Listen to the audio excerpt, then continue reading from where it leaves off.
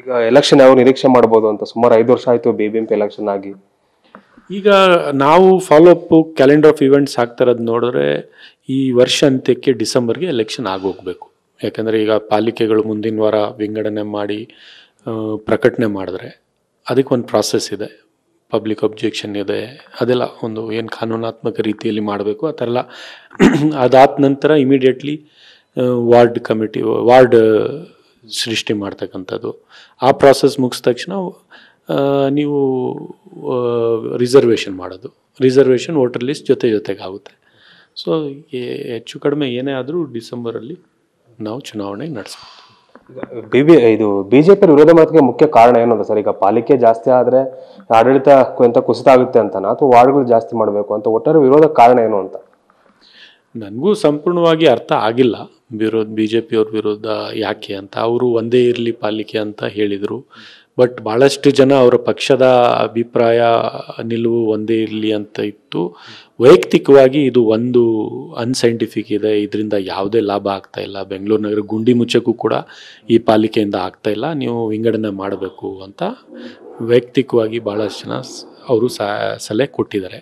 But ಅವರ ಸಹಕಾರನೂ ಕೂಡ ನಮ್ಮ ಜೊತೆಗೆ ಇತ್ತು. ಯಾಕಂದರೆ ನಾವು ಸಮಿತಿಯ ಸುಮಾರು 20 ಕಾರ್ಯಕಲಾಪಗಳು ನಾವು ಮೀಟಿಂಗ್ಸ್ ಮಾಡಿದಾಗ ಅವರು ಕೂಡ ಒಳ್ಳೆ ಸಜೆಷನ್ BJPಯ ಸದಸ್ಯರು ಕೂಡ ಕನ್ಸ್ಟ್ರಕ್ಟಿವ್ ಆಗಿ ಸಕಾರಾತ್ಮಕವಾಗಿ ಕೊಟ್ಟಿದ್ದಾರೆ. ಸೊ ಅವರ ಎಲ್ಲ ಅಭಿಪ್ರಾಯಗಳು ಸಲಹೆಗಳನ್ನು ಕೂಡ ಇಲ್ಲಿ ಅಳವಡಿಸ್ಕೊಂಡೇ ಈ ರಿಪೋರ್ಟ್ ರೆಡಿ ಮಾಡಿರ್ತಕ್ಕಂಥದ್ದು. ಸೊ ನಾನು ಯಾರ ಬಗ್ಗೆನೂ ನಾನು ದೂರದಿಲ್ಲ. ಅವರ ರಾಜಕೀಯ ನಿಲುವು ಒಂದು ಇರ್ಬೋದು, ಆದರೆ ಬೆಂಗಳೂರು ನಗರದ ಹಿತದೃಷ್ಟಿಯಿಂದ ಎಲ್ಲರೂ ಸಹ ಒಂದಾಗಬೇಕಾಗುತ್ತೆ, ಒಂದಾಗ್ತಿವೆ. ಅಂದ್ರೆ ಈಗಿರುವ ಒಂದು ಪಾಲಿಕೆಯಲ್ಲೇ ಬೆಂಗಳೂರಿನ ಸರಿಯಾಗಿ ಅಭಿವೃದ್ಧಿ ಮಾಡೋಕ್ಕಾಗ್ತಾ ಇಲ್ಲ, ಮೂಲಭೂತ ಸೌಕರ್ಯಗಳ ಕೊರತೆ ಇದೆ, ರಸ್ತೆ ಹದಗೆಟ್ಟಾಗಿರ್ಬೋದು, ಇನ್ನಿತರ ಸಮಸ್ಯೆಗಳಿದಾವೆ.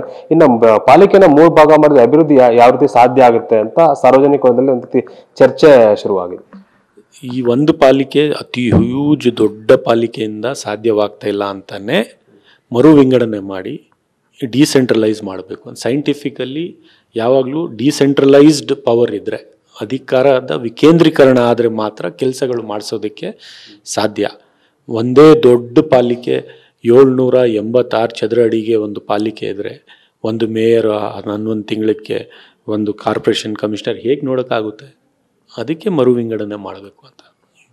ಸೊ ಪಬ್ಲಿಕ್ಕು ನೀವು ಸರ್ವೆಗಳು ನಡೆದಾಗ ಬೇರೆ ಬೇರೆ ಸಂಘಟನೆಗಳು ಸರ್ವೆ ನಡೆಸಿದಾರಲ್ಲ, ಆ ಸರ್ವೆಗಳು ನೀವು ನೋಡಿದ್ರೆ 75% ಜನಸಂಖ್ಯೆ ಈ ಪಾಲಿಕೆಯಿಂದ ಕೆಲಸ ಆಗ್ತಾಯಿಲ್ಲ, ಮರು ವಿಂಗಡಣೆ ಆಗಬೇಕು, ಗ್ರೇಟರ್ ಬೆಂಗಳೂರು ಆಗಬೇಕು ಅಂತಲೇ ಯುವಕರು ಹೇಳಿರ್ತಕ್ಕಂಥದ್ದು ನಿಮ್ಮ ಮಾಧ್ಯಮಗಳೇ ಪ್ರಕಟಣೆ ಮಾಡಿದ್ದಾರೆ.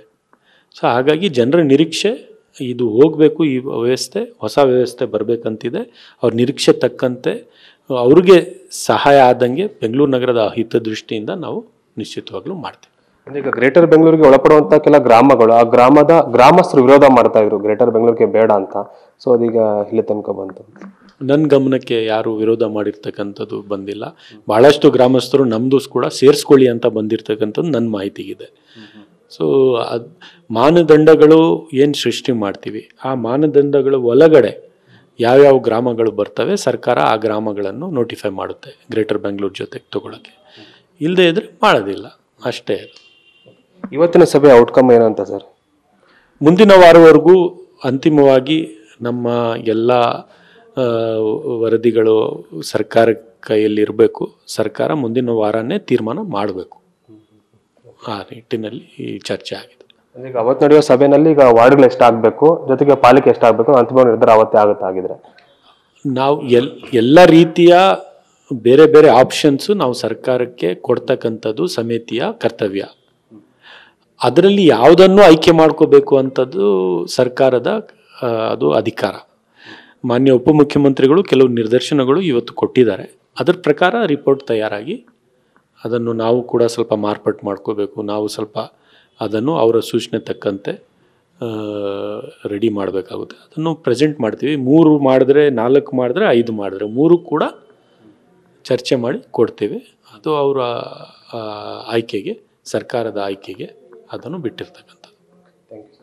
ಇದು ಗ್ರೇಟರ್ ಬೆಂಗಳೂರು ಪ್ರಾಧಿಕಾರದ ಅಧ್ಯಕ್ಷ ರಿಜ್ವಾನ್ ಅರ್ಷದ್ ಅವರ ಸ್ಪಷ್ಟವಾದ ಮಾತು. ಮುಂದಿನ ವಾರ ಮತ್ತೊಂದು ಸುತ್ತಿನ ಸಭೆಯನ್ನು ಕೂಡ ಸೇರ್ತೇವೆ. ಸಭೆಯಲ್ಲಿ ಈಗ ಅಂತಿಮವಾದ ನಿರ್ಧಾರ ಆಗುತ್ತೆ. ಅಂದ್ರೆ ಈಗ 3 ಪಾಲಿಕೆ ಅಥವಾ 5 ಪಾಲಿಕೆ ಮಾಡಬೇಕು, ಮತ್ತೆ ವಾರ್ಡ್ಗಳ ವಿಂಗಡಣೆ ಸಂಬಂಧಪಟ್ಟಂತೆ ಅಂತಿಮವಾದ ಚಿತ್ರಣ ಅವತ್ತು ಸಿಗುವಂತ ನಿರೀಕ್ಷೆಯಲ್ಲಿದ್ದಾರೆ.